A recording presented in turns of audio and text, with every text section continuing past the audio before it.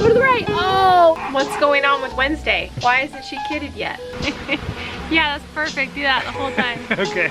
Oh, because that's the spot where she can get her head through. Okay, we'll have to move that one. He wants to explain it to you guys, so you better be nice. We were young and we were free and running, never bothered about what could be coming.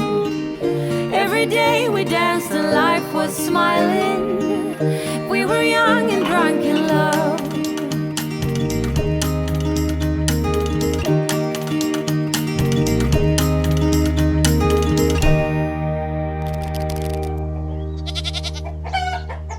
Well, it is a fun day today because we're gonna let all these mamas and babies out to the pasture. That's always an adventure and It's always an craziness. adventure.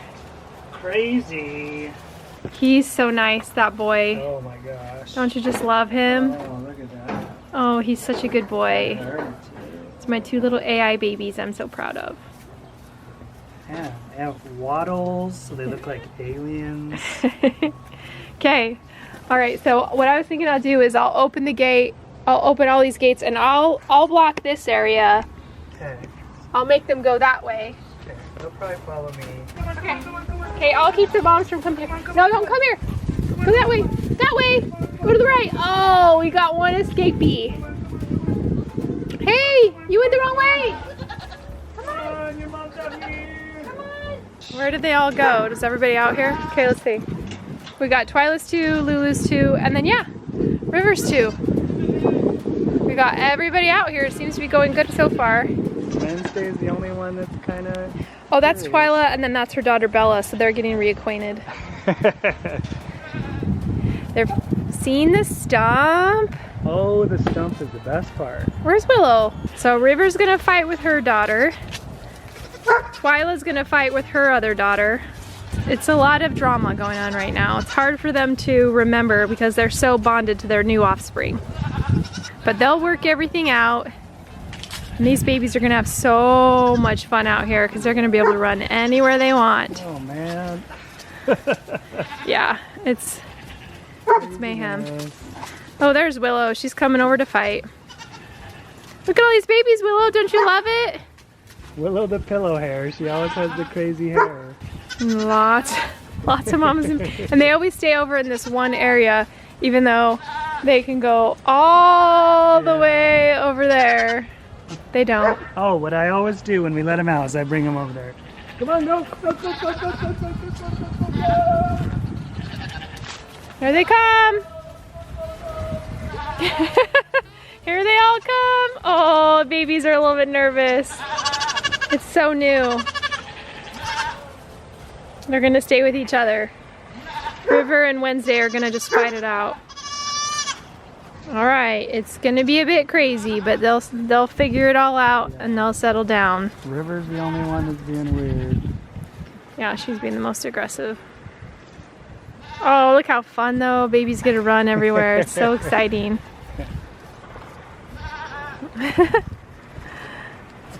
Well, River's the top boss, and it's important that she holds that position.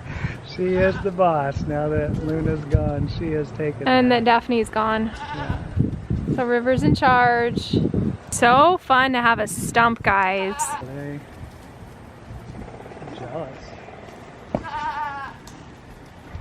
Oh my gosh, do you have 4 little babies? Are you guys doing good in here? Oh my goodness. Girl, boy. Girl, boy. Hello. You're so pretty. Well, Cricket, like always, just likes to complain for no reason. But her kids are all doing good. They're all nice and fat. Hello. Hi, Ducky. Oh my gosh, you're just so cute. You're so cute. All right. It's working. It's working. Okay, we just finished this whole big built-in.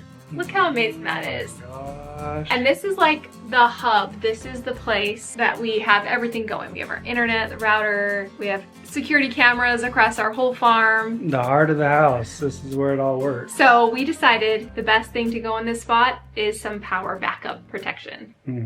Introducing the Apex 300 portable power station. This thing is an all-in-one power station with 120 volt and 240 volt outputs. It's a cost-effective, simple unit that's for essential backup power. This is perfect for emergency power backup, RV adventures, or even off-grid living. For us, this is our essential, because when the power goes out here in Arizona, we can still do all our filming and cameras, and all our work for the day keeps going. As an engineer, I geek out on this stuff because you can do 120 volts, you can do 240 volts, you can do them at the same time. There's 6 different outlets you can use, and it has 40% more battery life than the competitor. This automatically kicks on when the power goes out on the grid to our house here and keeps all of our stuff going here. Another cool thing is the Apex 300 can charge electric vehicles. It's the first in the industry to have a 50A bypass capability, and it can support up to 12 kilowatt bypass load capacity, so it can effortlessly charge your EV at full power.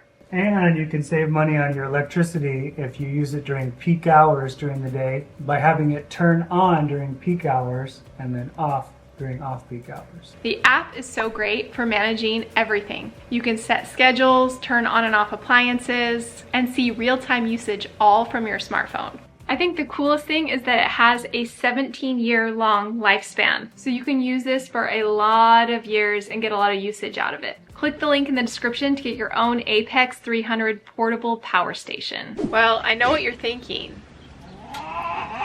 What's going on with Wednesday? Why isn't she kidded yet?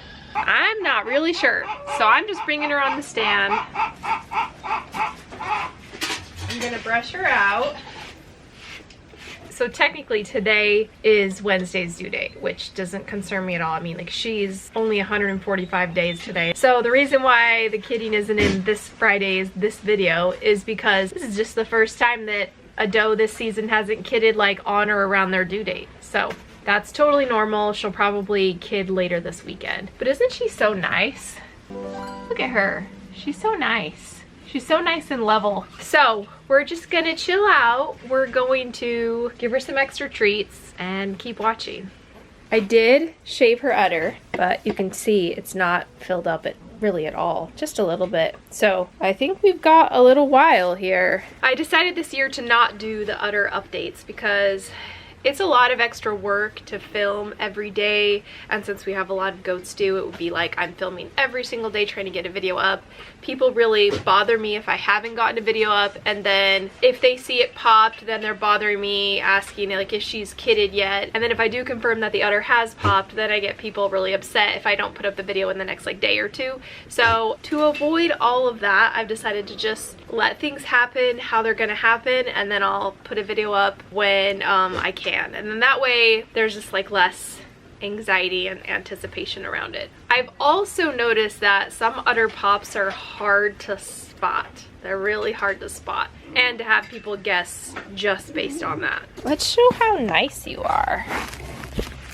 Come on.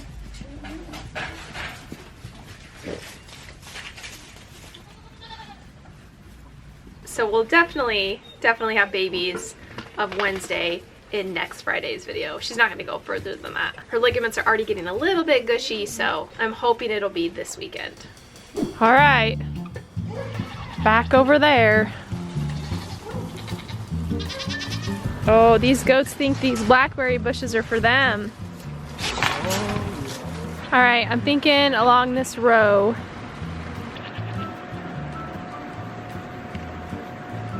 Yeah, let's just space them out.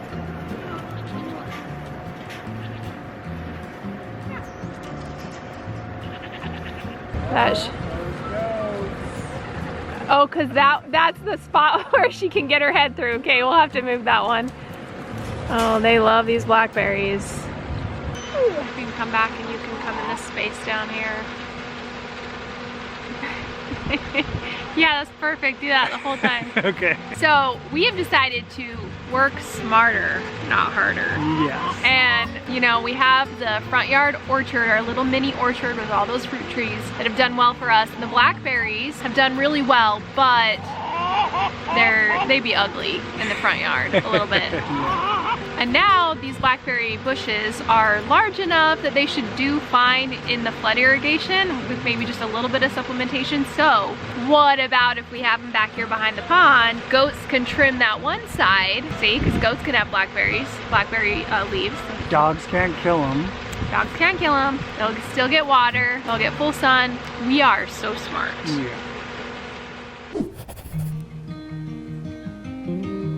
We have a lot of milk right now, so I decided to put it to good use by making a farm favorite, a quiche. So there's this perfect ratio. It's from Julia Child, so you know it's right. To make the perfect quiche, you do 3 eggs, and then however much milk it takes to get to 1.5 cups total. And that way, you know you have the exact amount of liquid needed to make a quiche. But that's the basic base, and just you add whatever fixins you want. I'm doing diced red peppers, some chopped spinach, some pre-cooked turkey sausage, and a little bit of feta cheese because I don't have any goat cheese right now. I haven't made it, so we're gonna use feta instead. I've par-baked the pie crust, so it's pre-baked a little bit, but not fully. And we'll dump this in and bake it for about 45 minutes. And since when you make one pie crust, you always have to make 2 pie crusts, I've decided to make a chocolate pie, just a pudding pie. So I've actually completely pre-baked the pie crust. It's cooling right now. And we're gonna mix together our own pudding, which is just basically cocoa powder, a little bit of chocolate chips, some sugar, cornstarch, and basically you just have to constantly stir it because you can't let it burn. So it's a little bit tedious, but in about 10 minutes, boy, does it thicken up, and you've got some good pudding right there. Then we'll just pour it into our pie crust, see how much I can fit in there. And then after it cools, it is the perfect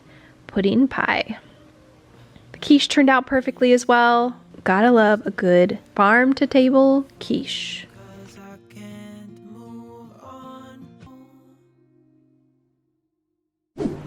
Oh, you have the littler one. She needs to be trained, Ada. She's pretty sweet though. She'll learn. Go up the stand. Go up the stand. Good girl. Oh, look at that little udder. Okay, get her in there and give her some treats. Oh, that's a nice little udder. Alright. But I'm not ready to shave hers just yet. If you don't recognize this girl here, this is Frankie. Frankie is one that we bought from Amori's farm, which is a really well-known herd that has done really well at nationals. And so this is one of their offspring from last year. She looks just like the others because she's gold. She is a sweetie. Now, we did an ultrasound a while back. I think that there's just one in there. And today we're gonna do her CD&T injection and hoof trimming as we get ready for her to be the next one a month away. It's always a bit of a gamble bringing new genetics here, and so I always hold my breath until I see them freshen. Gotta see what they really look like. And so when it comes to the first fresheners, the first timers, I'm not as much concerned with who I bred them to as just getting them bred and seeing how they do. So Frankie is bred to Pokey, which means lots of gold babies with some different little white overlay, but from the ultrasound we know she just has one kid. So we're just gonna get her kitted out, see how her udder develops, and see if she is worthy to stay in the wolf tree herd. Bye. Thank you. We'll see you in a month when you have your one fat baby.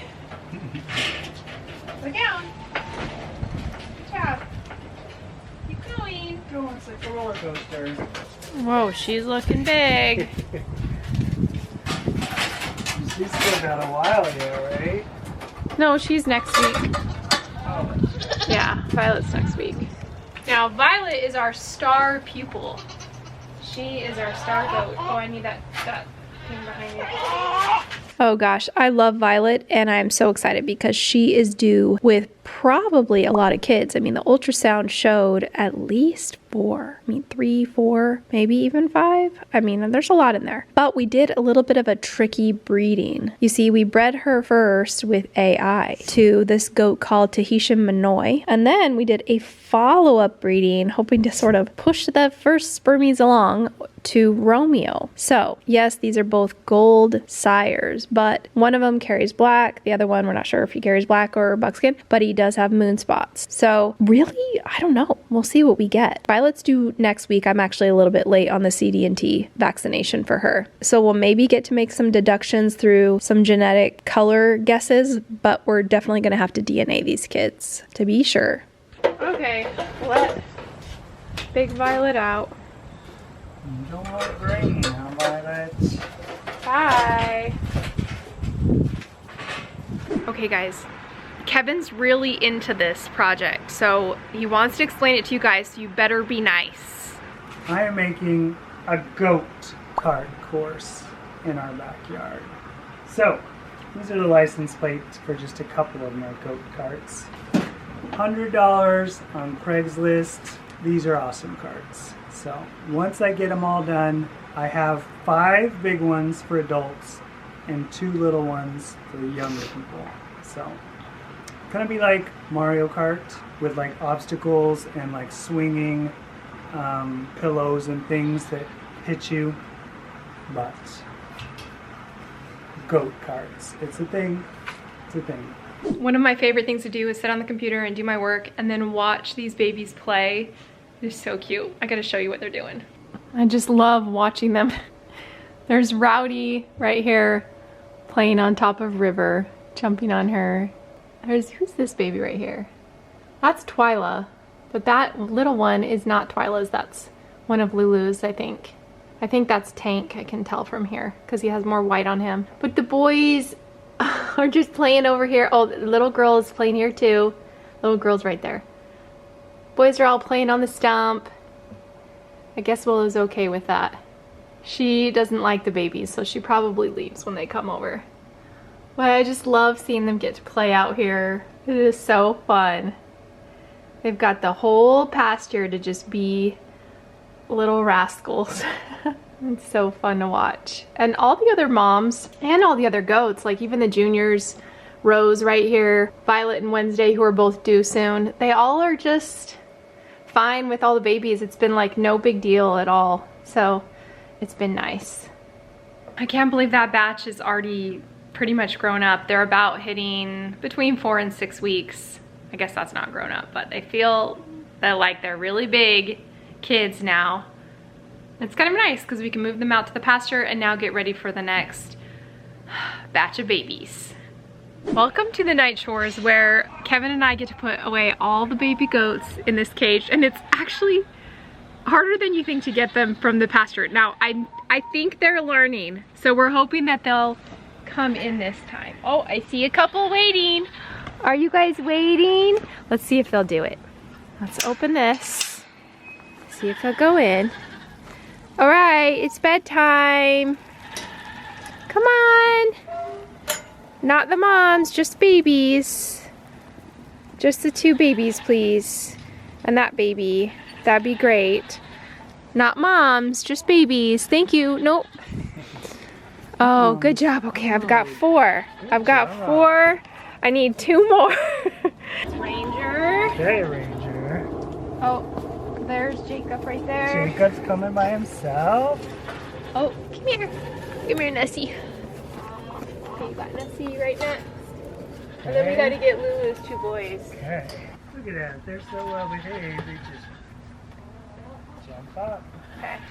Okay. Okay. Good job. Okay, we've got all 6 big babies in here. It's pretty tight. Yeah. This cage is just enough for them overnight. We've got a little shelter in there, a little climbing area. Yeah. Can't see it that well, but boy is it fun in there. Some hay, some water. Oh my gosh, you guys. Cricket's 4 babies are getting huge. You're huge. Except for little one. Little boy is, I think, smaller than little girl. Oh my gosh. So we're gonna lock them up in their cage. Okay, come on, come on. Okay. Okay, babies are all put away for the night, and we do this because, yes, we can get coyotes, even though we have the dogs in the back pen where they can protect the line of the property. We still like to put the babies away. Well, one for the coyotes, but also because we want the mamas to be separated from the babies so that we can milk in the mornings and then feed that milk back to the babies for our hybrid method. It's the whole thing. But they're all locked away now. So thanks for joining us in today's video, and we'll see you next Friday with definite babies.